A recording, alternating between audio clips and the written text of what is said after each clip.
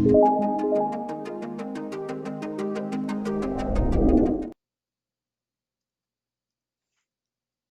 araw sa atin lahat. Welcome to LBVG Math 1-2.4a. In this video, we will start learning about generating the graphs and tables of rational functions. I'm Engineer Peter Benjamin Obiano, your lecturer for this video. Take note that this video is still under rational functions, the second chapter under functions and their graphs. Now, this video is the first of the 3 videos that will tackle the fourth MELC on rational functions, which is to represent a rational function through its table of values, graph, and equation. Our topic outline for this video will be as follows. First, we will have a quick review on the definition of a rational function. Next, a quick review on the different steps on how to generate rational functions. And lastly, let us learn how to represent rational functions as its table of values. At the end of this video, I hope that we will be able to learn how to represent a rational function through its table of values. Okay, sige. So let's have a quick review muna on what rational functions are. Quick definition lang naman. Ano ulit ang mga rational functions? Diba? Sabi dito, a rational function is any function which can be written as the ratio of two polynomial functions where the polynomial in the denominator is not equal to 0. An example will be this one. F of m is equal to m raised to 5 plus 19m plus 2 divided by m squared minus m minus 7. As you can see, this is an example of a rational function. The numerator and the denominator are both polynomials. Let's take a look at an example of a non-rational function. We have this one. F of x is equal to the square root of x plus 3x squared divided by 4x squared minus 8x minus 5. So as you can see, this is not a rational function. It's because you cannot express this as a ratio of two polynomials. Hindi mo pwedeng i-rewrite ito in such a way na yung numerator at denominator ay magiging polynomial. Kaya, ito ay hindi isang rational function. During the previous videos, meron tayong na-discuss dati on how to distinguish kung rational function siya or hindi. So, if you want more examples about this, pakibalikan na lang po yung videos natin in the past. Alright. Let's have a review naman paano ulit gumawa ng ating sariling rational functions. Siguro by this time, alam nyo naman na itong mga steps natin since medyo paulit-ulit na natin itong nababalikan. How to formulate rational functions? First, identify the given constants, the variables to be used, and what the variables represent. Second, make an equation that solves whatever is required by the problem. Again, reminder, minsan, kailangan nating gumamit ng mga formulas from our previous subjects such as geometry, physics, and since we are talking about functions in a single variable, if ever man na ang initial function mo ay may more than one variable, then ang gagawin natin is let us express all other variables in terms of the variable required by the problem. Isip ka ng paraan para yung ibang variables ay mai-express mo sa iisang variable na kailangan ng problem. And third, after making our equation, let us substitute yung mga constants and variables na sinabi sa problem na gagamitin natin. So again, by this time, I hope alam na natin kung paano gumawa ng sarili nating function.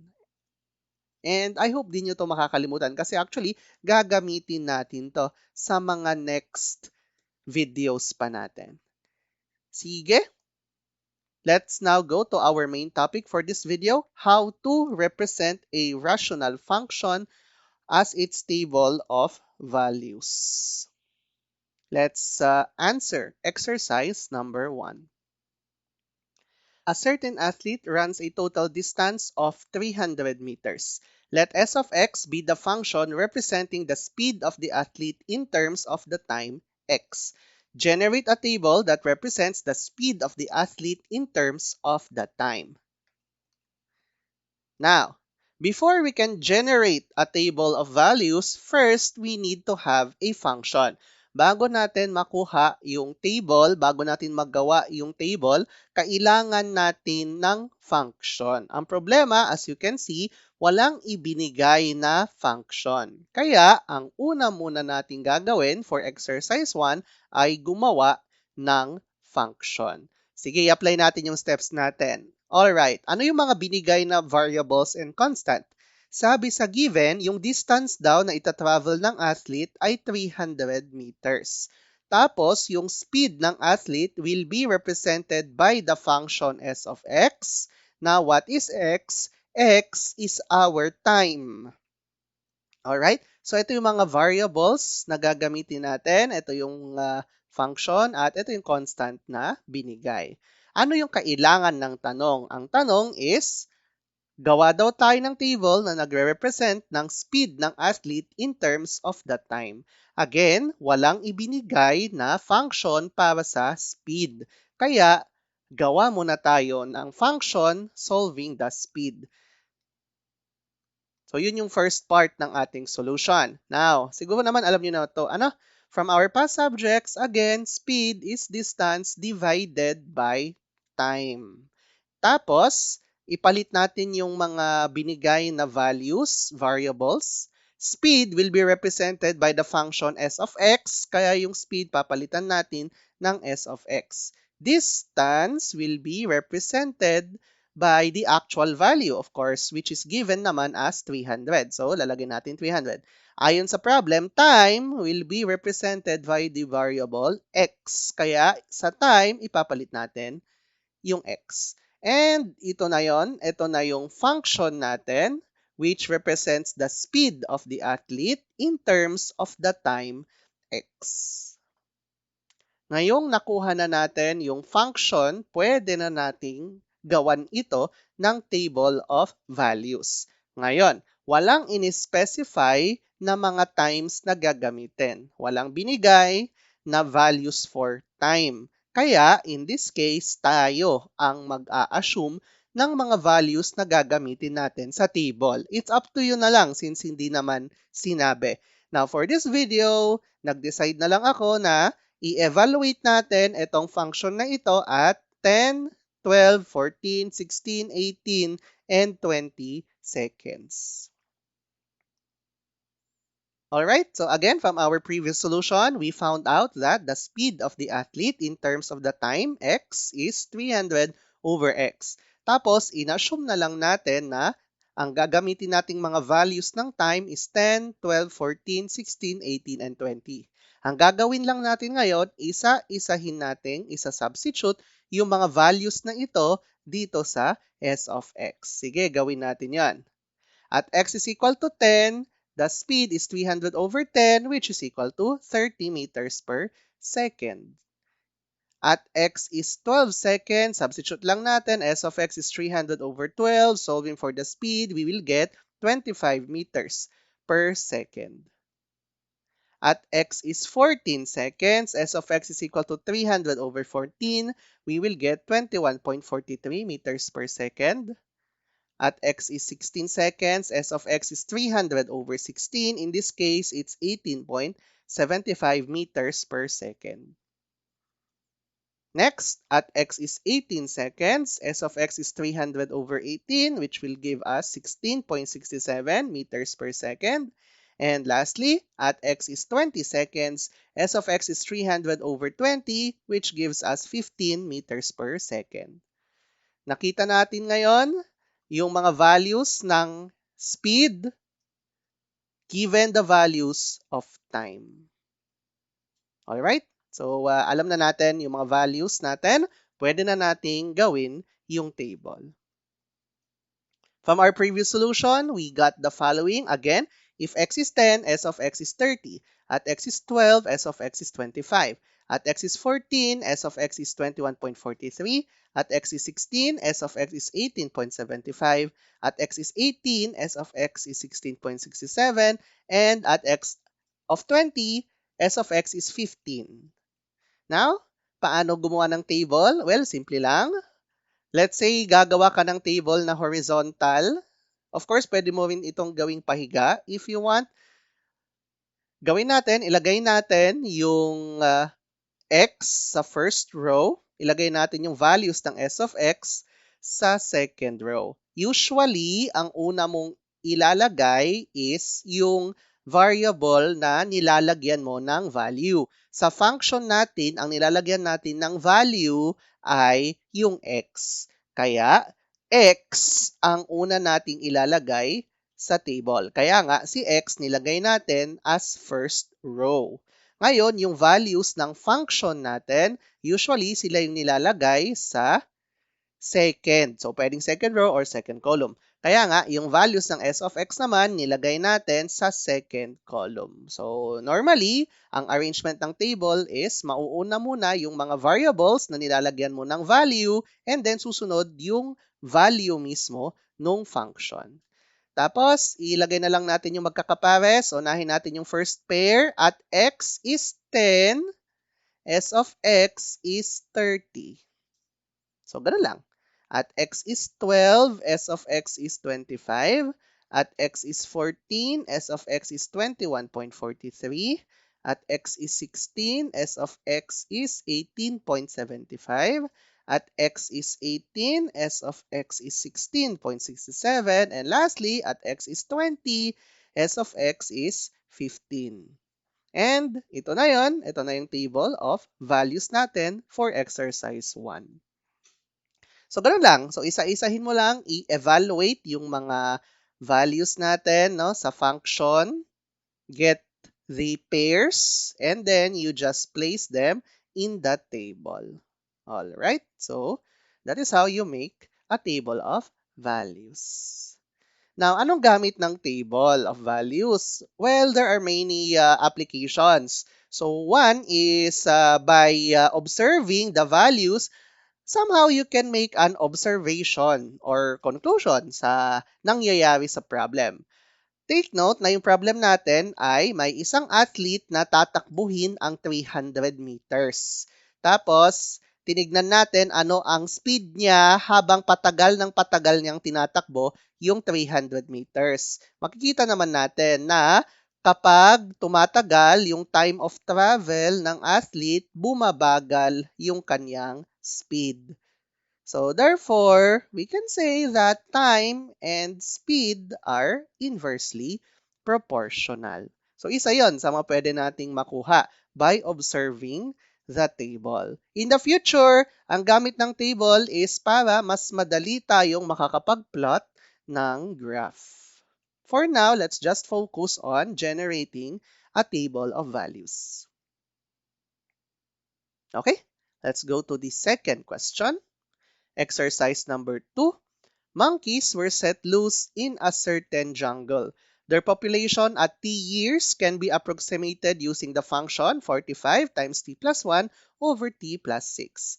The number of monkeys was then observed every decade and the data was tabulated. Construct a table showing the population every decade for the first 4 decades. So gawa daw tayo ng table na nagpapakita gaano na karami yung unggoy sa isang jungle sa loob ng 4 na dekada. Alright. Again, bago tayo makagawa ng table of values, kailangan natin ng function. Ang maganda sa problem na ito, given na yung function. So, hindi na natin kailangang gumawa ng function. So, sabihin na natin, medyo mas maikli ng konti ang solution natin ngayon compared sa exercise 1. Anyways, what is given? So, sinabi naman na yung function representing the population at t years is given by this one. So, at least given na siya. Alam din natin na yung t represents the time in years. Again, be very careful, especially pagdating sa units. Take note ha, t must be in years. Kaso, ang table na gagawin natin is for decades. So, take note na ang isang dekada ay 10 taon. Yan. So again, no, gagawa tayo ng table representing the population every decade. So ang basehan natin kada dekada. Kaso yung formula kada taon. So again, baka mamaya kasi ang maisip mo lang ay first 4, edi substitute ko lang 1, 2, 3, and 4. Wala na, mali na. Kasi decade ang basehan natin. So, dapat tigte 10 years. Okay? So, yung mga simpleng bagay na gano'n, no? 1 decade is 10 years. Again, ingat tayo sa mga units, no? Malay nyo, ang nasa function ay naka-meters, kaya lang ang given, centimeters, yung mga gano'n. So, ingat tayo, ano? Sayang naman. Kasi as you can see, simple lang naman ang gagawin natin. Isa-substitute mo lang yung mga values. Now, this is our given function. So, the population of monkeys after t years is 45 times t plus 1 over t plus 6. Again, yung t na ilalagay mo dito dapat naka-years, pero ang required sa problem ay naka-decade. Again, reminder, 1 decade is 10 years. Unlike din kanina, in-specify kung ano ang ilalagay mong value sa table. Sabi dito, kada dekada sa unang 4 na dekada. So, ibig sabihin nito, ang mga gagamitin nating values sa T will be 10, 20, 30, and 40 years. First decade, second decade, third decade, fourth decade. So, again, tigti 10 years, kaya 10, 20, 30, and 40. Yun lang naman ang gusto kong i-emphasize at i-remind ulit sa problem na ito. Ingat po tayo sa mga units natin. Anyways, ngayon clear na po kung anong gagawin natin. Ang gawin na lang natin is i-substitute natin yung 10, 20, 30, at 40 sa ating function. Alright, let's do that. Again, gamit na lang siguro tayo ng calculator to make things easier. At time is 10. Substitute natin sa function. We will solve 30.94. At time is 20. Our function will become 45 times 20 plus 1 over 20 plus 6. We should get 36.35. At t is 30, substitute natin sa function natin, 45 times 30 plus 1 over 30 plus 6, we will get 38.75. At t is 40, substitute natin sa function natin, 45 times 40 plus 1 over 40 plus 6, we will get 40.11. Alright, so nakuha na natin yung mga values natin. Since nakuha na natin yung mga values natin, pwede na natin gawin yung table. Again, from our previous step, we found out that at t is 10, p is 30.94, at t is 20, p is 36.35, at t is 30, p is 38.75, and at t is 40, p is 40.11. Again, if let's say, kunyari, gagawa tayo ng table na naka-orient horizontally, ilagay natin sa first row yung mga values ng variable na nilagyan natin ng values. Again, no, ang variable natin sa function ay si t. Kaya, yung mga values ng t ang ilalagay natin sa first row. Ang sinusolve natin, yung function natin ay p of t. Kaya, yung values ng p of t, yun yung ilalagay mo sa second row. Sige, lagay natin yung mga magkakapares. At t is 10, so at t is 10, our value for p of t is 30.94. So, ganyan lang. At t of 20, let's put here 36.35. At t is 30, it's 38.75. And lastly, at t is 40, it's 40.11. Alright? I-arrange lang natin. So again, no, ingat po tayo. Basahin ng maigi yung problem. Bakit? Actually, hindi pa ito ang final answer natin. Ingat tayo. Ang pinag-uusapan natin is the number of monkeys. Number of monkeys. Ibig sabihin nun, dapat ang mga values natin whole number. Hindi mo naman pwedeng sabihin 30.94 monkeys. Wala namang 0.94 na monkeys. Kaya ang gagawin natin is dapat itong mga to, mga whole numbers sila. Now, depende sa problem, sometimes ikaw ay magra-round off, round down, or round up. It depends on the nature of the problem. Usually, kapag population, ang ginagawa is nagra-round down. Okay? So, ang gawin natin, i-round down lang natin yung 30.94, 36.35, 38.75, at 40.11. Now, yung values ng t will, of course, remain the same. So, 10, 20, 30, 40 pa rin naman sila. Of course, walang magbabago doon. Again, ang magbabago lamang is yung values ng p of t. Kasi nga, yun nga, we are referring to the number of monkeys. Kaya, syempre, dapat whole numbers sila. Anyways, let's round down. 30.94, round it down, you will get 30. 36.35, round down, it will be 36. 38.75, round down, it's 38. And lastly, 40.11, round down, it's 40. So again, kung round down, round up, or round off, it depends on the nature of the question. Siyempre, depende din. Baka sinabi naman na ang gagawin mo is round up, round down, or round off. So again, it depends. Again, for population, usually, ang default is round down. So, i-round down na lang natin. Alright, so this is now our answer. Sige. So, we now have an example for population. Let's have the last exercise, exercise number 3.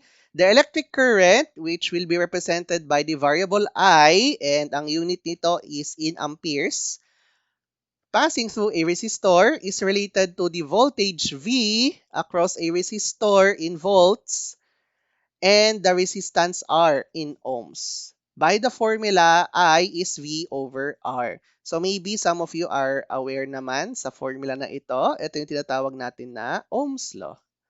Anyways, if the resistor is connected across the terminals of a car battery, which is equal to 12 volts, construct a table of values of the current across the resistor for different values from 200 ohms to 500 ohms. Use intervals of 100 ohms.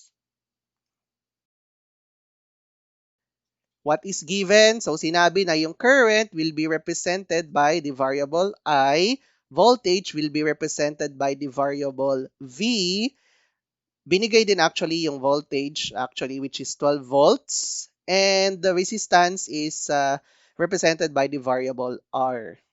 Now, ano yung kailangan ng tanong?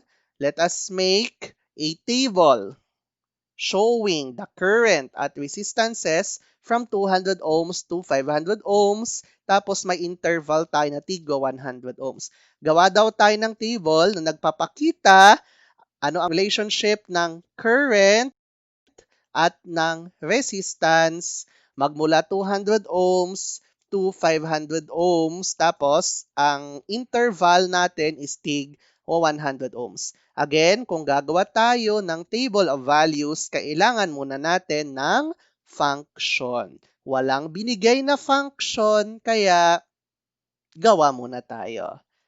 So again, in getting the function, ang unang step is anong formula, anong equation ang gagamitin natin? Ang sinosolve natin ay current.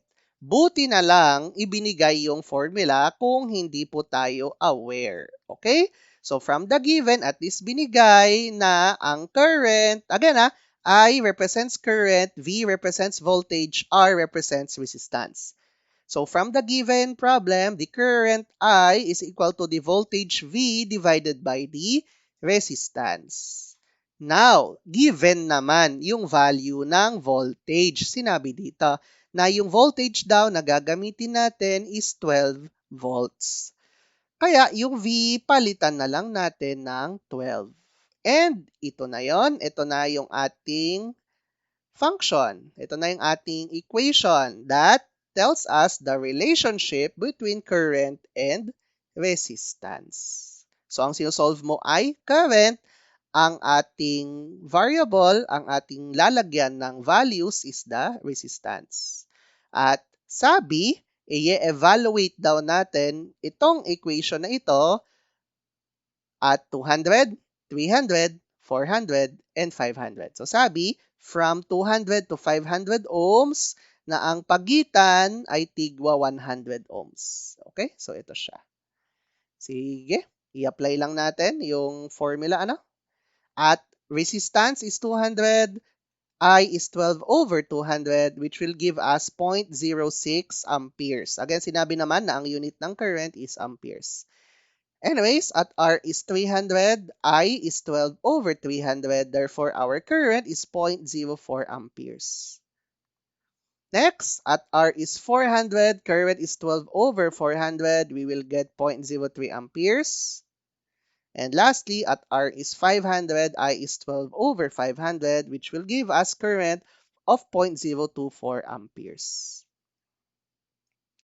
Kompleto na yung mga values na ilalagay natin. So from our previous step, we found out that the resistance is 200 ohms, current of 0.06 amperes. At resistance of 300 ohms, current is 0.04 amperes. At resistance of 400 ohms, current is 0.03 amperes. And at resistance of 500 ohms, current is 0.024 amperes. So if gagawa ka ng table, again, yung variable, yung nilalagyan mo ng value, yun yung ilalagay mo sa first row or first column kung nakatayo yung table mo. Tapos yung sinosolve natin, in this case, current, yun yung ilalagay natin sa second row or second column kung patayo yung table. Tapos ilagay na lang natin yung magkakapartner. So if the resistance is 200, the current is 0.06 amperes. So 200 for R, I is 0.06. Tapos yun lang. So if R is 300, I is 0.04. If R is 400, I is 0.03. At R is 500, I is 0.024. And there you have it. This is now our table of values. Okay, so again, from this table, we can make an observation. So you can see, habang tumataas yung resistance, anong nangyayari sa current? Bumababa yung value. Therefore, from this table, pwede nating i-conclude that resistance and current are inversely proportional. As the resistance increases, current decreases, or vice versa. As resistance decreases, current increases. So again, by evaluating a table of value, you can make a conclusion, you can make an observation from the scenario given. So, ganun lang po gumawa ng table of values. I-solve lang natin yung function. Again, kung walang function, then you need to make your function first. And then you just arrange them. Okay, so that's it. That is how you make a table of values. So, that's the end of the video. I hope that we were able to learn how to represent a rational function through its table of values. We are now done with LBV 1-2.4a. Next video will be on 1-2.4b. So in this video, we focused on making the table of values. Sa susunod na video naman, ang focus natin will be plotting the graph of a rational function. Foundation, basics ng graphing a rational function. Again, for additional questions, you can refer to QuexHub on General Mathematics, Chapter 2. God bless po and see you on the next video.